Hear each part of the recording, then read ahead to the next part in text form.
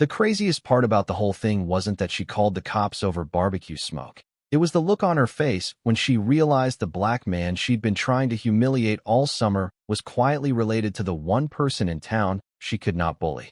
And trust me, by the end of that night, nobody on Alder Creek Drive looked at Veronica Whitmore the same way again. See, every neighborhood has that one person who thinks the HOA covenant is basically scripture, the kind of person who walks around measuring grass height, like they're protecting national security instead of suburban property values. In our neighborhood, that person was Veronica, late 50s, always dressed like she had a brunch reservation nobody invited her to, drove a pearl-white Lexus that somehow matched the color of her teeth and her soul at the same time. She lived alone in this giant corner lot house with fake ivy wrapped around the mailbox and little ceramic angels all over the flower beds, and if I'm being honest, the woman had turned bitterness into a full-time hobby years ago. Nobody knew exactly when it happened. Some people blamed the divorce. Some said she changed after her son stopped visiting. Others swore she'd always been like that and just got louder with age. Either way, Veronica had one obsession: control.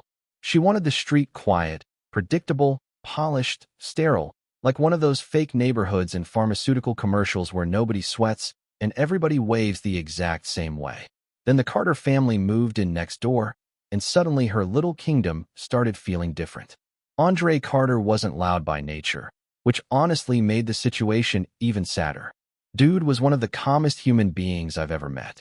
Former Navy mechanic, worked long shifts at a logistics company outside Savannah, coached youth football on weekends, and somehow still had enough patience left to teach his daughter algebra at the kitchen table every night. His wife Renee was the social one, always baking extra food for neighbors, always remembering birthdays, the kind of woman who'd accidentally turn a 5-minute mailbox conversation into therapy. Their kids, 13-year-old Miles and little Naomi, brought actual life to the block. Bikes in the driveway, chalk drawings on sidewalks, music drifting softly out the garage on weekends. You know, normal family stuff. But to Veronica, every laugh coming from that house sounded like an invasion. At first she hid it behind HOA language. Improper trash can placement, excessive guest parking, outdoor noise concerns. That woman filed complaints like she was getting paid per email. One time she literally reported Renee because their wind chimes were disruptive to the community atmosphere. Wind chimes. Imagine waking up one morning and deciding tiny metal tubes in the breeze are your personal Vietnam. But the thing about people like Veronica is they slowly get bolder when nobody checks them. What started as petty complaints turned into little comments, then sharper comments, then the kind of tension everybody notices but nobody wants to address directly because suburban people would rather fake smile through racism than risk an awkward neighborhood meeting. And Andre knew exactly what was happening. You could tell by the way his shoulders tightened anytime Veronica walked outside. He'd seen this dance before. The coded language, the fake concern, the way certain people weaponize safety whenever they feel uncomfortable around folks they already decided don't belong. Still, he kept trying to be neighborly because that's how he was raised. Every time Veronica complained, Andre responded politely. Too politely, honestly. Sorry if the music carried over, ma'am. I'll move the truck a little farther down. Didn't realize the grill smoke bothered you.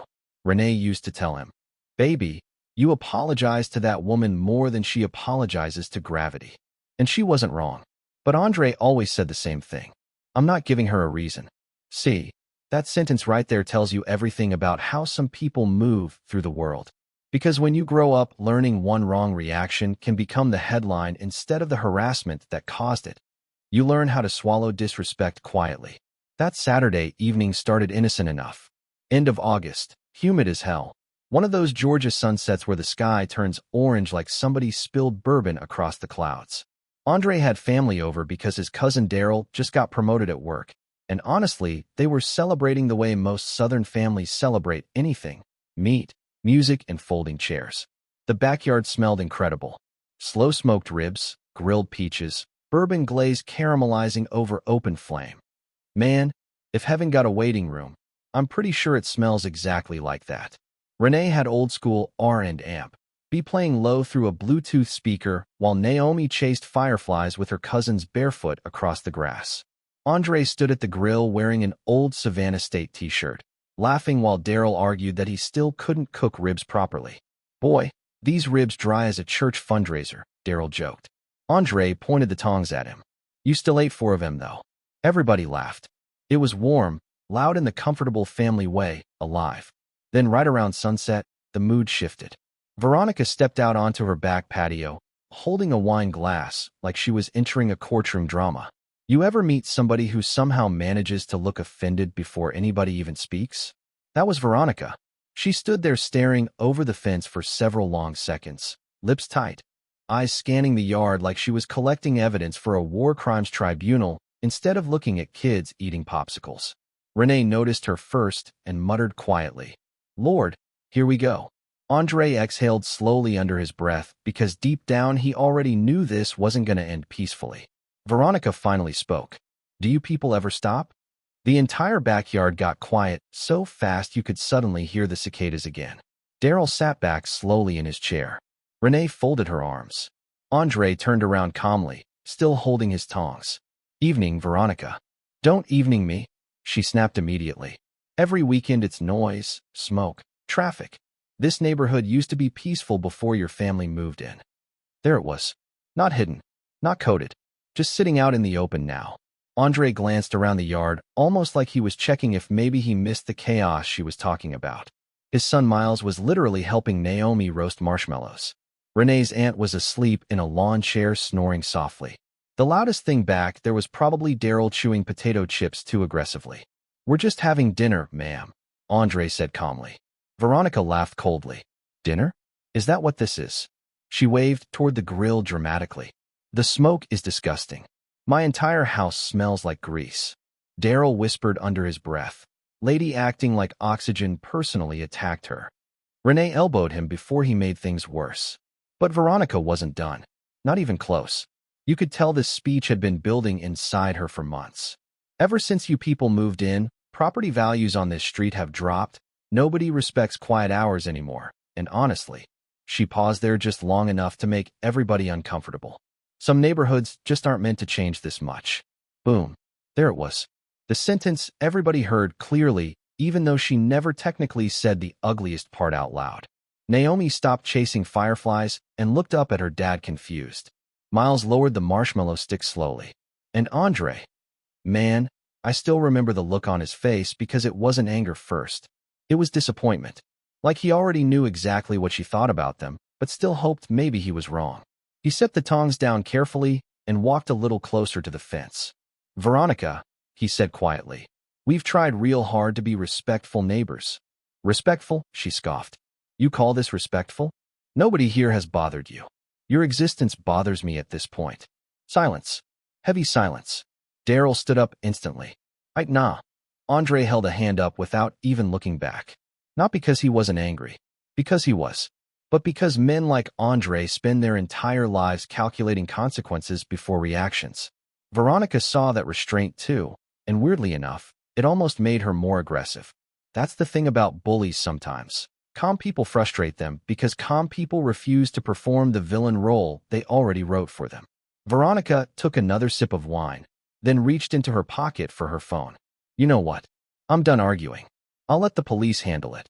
Renee blinked in disbelief. The police? For what? Veronica was already dialing. 911. What's your emergency? Suddenly her voice softened, shaky now, almost theatrical. Yes, hello. There's a disturbance next door, loud yelling, smoke everywhere, several aggressive individuals. I honestly don't feel safe. Andre stared at her like he couldn't process what he was hearing. Aggressive? Half the family was wearing flip-flops and eating peach cobbler. The dispatcher must have asked another question because Veronica turned slightly away and lowered her voice.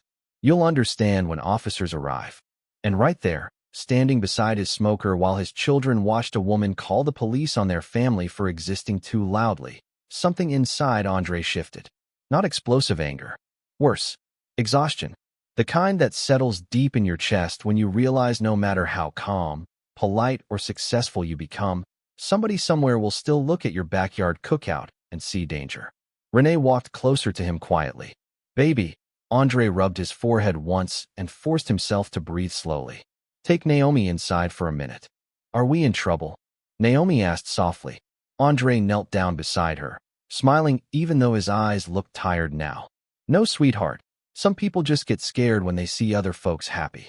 And across the fence, Veronica stood there clutching her wine glass, waiting for police lights with the smug little confidence of somebody who believed authority always arrived on her side. She had no idea the next 30 minutes were about to change her reputation in that neighborhood forever. All right, let's pause the drama for a second because there's a lot to unpack here, and not just in the "oh my neighbor's evil" way. From a legal perspective, what Veronica did is actually a textbook example of what we call misuse of emergency services. According to standard procedure, police are supposed to respond to calls that indicate real threats or immediate danger. A backyard cookout, even with smoke and music, doesn't count. Filing repeated complaints without cause can actually land someone in hot water, especially if it's documented by officers each time. But here's the twist. This isn't just about legality. It's about human behavior and psychology. This is a psychological trap a lot of people fall into. When you feel like your personal space is threatened or your control is slipping, it's tempting to weaponize rules or authority instead of communicating openly. Veronica wasn't just calling the cops because of ribs on a grill. She was trying to assert dominance, regain a sense of order, and project her fear onto people who didn't deserve it. And from a community HOA perspective, there's a nuance too. HOA rules often cover nuisances like noise or visible trash, but they are meant to regulate communal standards, not personal taste or implicit bias. Andre and Renee weren't violating any ordinance, legally, morally, or socially. Yet Veronica interpreted normal family activity as a threat. The lesson here is, in neighborhoods, conflict often isn't about the rules themselves. It's about perception, projection, and power dynamics. Understanding that distinction can prevent months of tension, lawsuits, or needless escalation. Because sometimes knowing how to respond calmly, documenting interactions, and maintaining evidence of lawful behavior is worth far more than yelling back or giving in to provocation. And this is where Andre's calmness really mattered. Not just for the sake of the kids, not just for Renee, but strategically. Every respectful response, every measured pause, was actually building a protective legal and psychological shield that Veronica didn't realize she was bumping against. So yeah, this little pause in the story might feel like a dry lecture moment, but it's actually where the whole payoff starts forming. Understanding the rules, knowing human behavior, and staying calm is what turns what seems like a losing battle into a controlled resolution. And trust me, the next part of the story proves that in cinematic, almost unbelievable fashion. The sound of tires on gravel announced the first patrol car rolling up the street about 15 minutes after Veronica hung up her 911 call. By that time, the sunset had turned Alder Creek Drive a deep orange, and neighbors had begun peeking through blinds like it was a slow-motion train wreck. Andre had already opened the side gate for the officers, a small gesture that confused Veronica because she was expecting confrontation, loud words, attitude, proof that authority would validate her outrage. Instead, Officer Daniels and Officer Pierce stepped into a backyard that looked more like a family reunion than a crime scene. Kids were eating popsicles. Old-school Motown played softly through a speaker, foil trays of food lined on folding tables, and Andre stood calmly at the grill, tongs in hand, flipping ribs as if this was just another Saturday. "Sir, we got a complaint about noise and possible disturbance," Officer Daniels said, glancing at the family. Andre smiled faintly. "No problem, officers. Take a look around." That's when Veronica marched forward, crossing the threshold with the kind of confidence only someone who believes rules are on her side can carry. "About time," she snapped. "I've called multiple times about these people. This is outrageous." Officer Pierce frowned, flipping open his notebook. "Ma'am, what exactly is the complaint?" Veronica's eyes darted toward the backyard like she was presenting evidence to a jury. "Noise, smoke, general disruption. They've been disrespectful since they moved in. I want this on record." Andre felt the tension like a weight pressing down on his shoulders. He knew exactly how these interactions escalated. Bullies, even armed with authority, rarely stop until somebody refuses to give them what they want. He kept his voice calm, almost too calm. "Ma'am, nobody here is breaking the law. We've tried to respect your space." "Respectful?" Veronica's laugh was sharp, bitter. "You call this respectful? My house smells like a barbecue pit, my quiet is destroyed, and no one cares about standards anymore. The officers exchanged glances. From a legal perspective, this is exactly the kind of call that tests their ability to assess nuisance versus harassment. Andre, meanwhile, maintained a steady hand on the grill, keeping his posture relaxed for the kids watching nearby. That's when the black SUV arrived, a sudden shadow in the driveway, reflecting porch lights off the polished hood. Everyone froze. Veronica straightened, certain her validation had finally arrived. The door opened, and out stepped a tall man in full dress uniform, broad shoulders, gray in his beard but solid as a pillar. Captain Elijah Carter, Andre's father, had spent over 30 years in law enforcement and walked with the confidence of someone who had seen every kind of human nonsense imaginable. Veronica's smug expression faltered slightly. She hadn't anticipated this. Finally, someone in charge, she said. Captain Carter barely glanced at her at first, his eyes scanning the yard, landing on the smoker, then the trays of food, then Andre flipping ribs like he'd done this 100 times. The corners of his mouth twitched upward. "You started without me, son," he said slowly. Andre's lips curved slightly. Aaliyah ran toward her grandfather, hugging his leg, and Miles grinned nervously. In that moment, Veronica's carefully constructed narrative began to collapse. Captain Carter turned toward her, calm, authoritative. "Mrs. Whitmore, I've personally reviewed every prior complaint filed against this address. All baseless. One more knowingly false call, and we'll be discussing misuse of emergency services formally. Are we clear?" Veronica's mouth opened, then closed. No words could restore the control she thought she had. The officers left soon after. Captain Carter grabbed a plate, and the family continued their cookout, laughter finally filling the backyard. But the story didn't end there. Monday evening, the Brookfield Estates HOA board meeting convened in the small clubhouse near the pool. The room smelled faintly of burnt coffee and linoleum polish, folding chairs squeaking under restless parents. Andre almost didn't go, but Renee insisted. "People saw what happened," she said softly. "Exactly why we need to go." Veronica arrived first, clutching a folder like armor, pearls and navy blazer in place, posture rigid.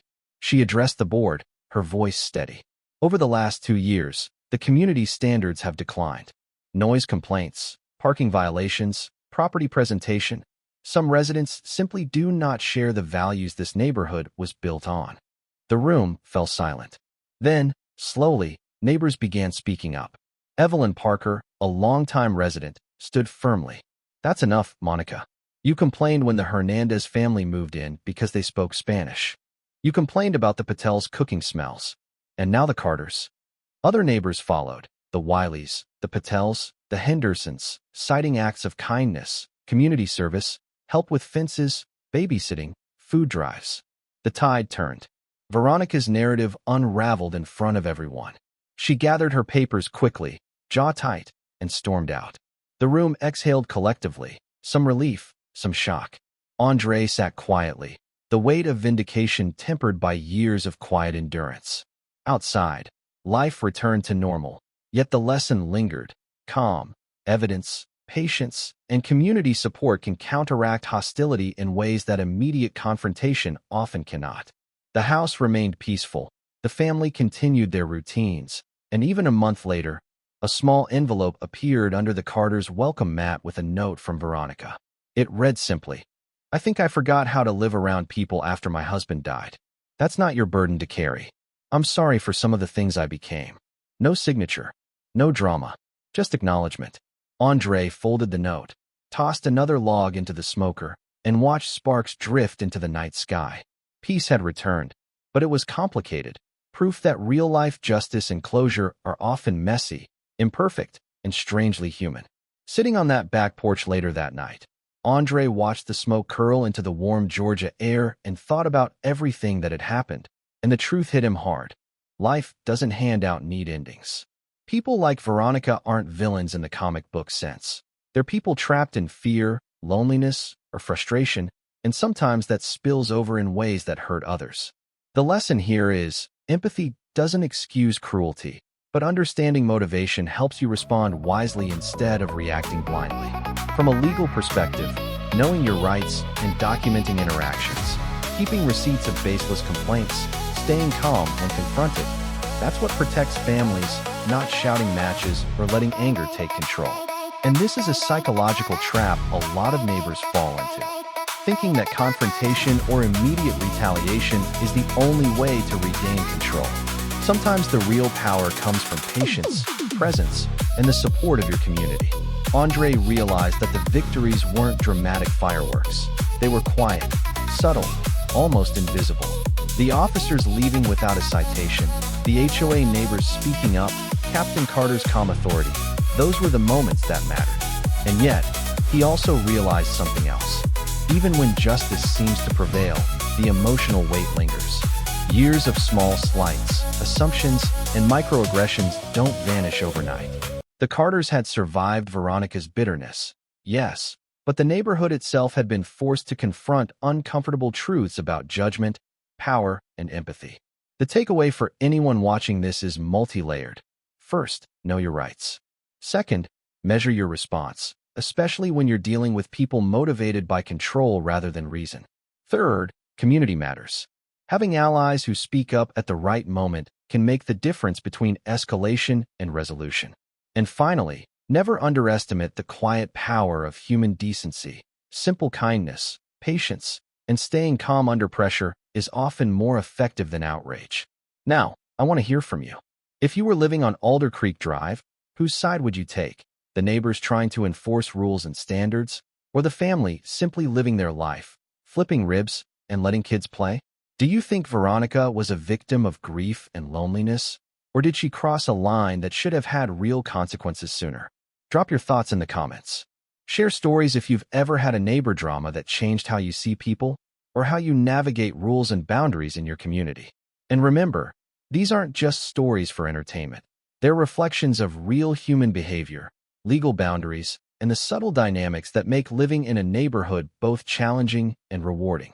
The conversation doesn't end when the video stops. It continues in your communities, in your empathy, and in the way you choose to respond when confronted with fear, hostility, or misunderstanding.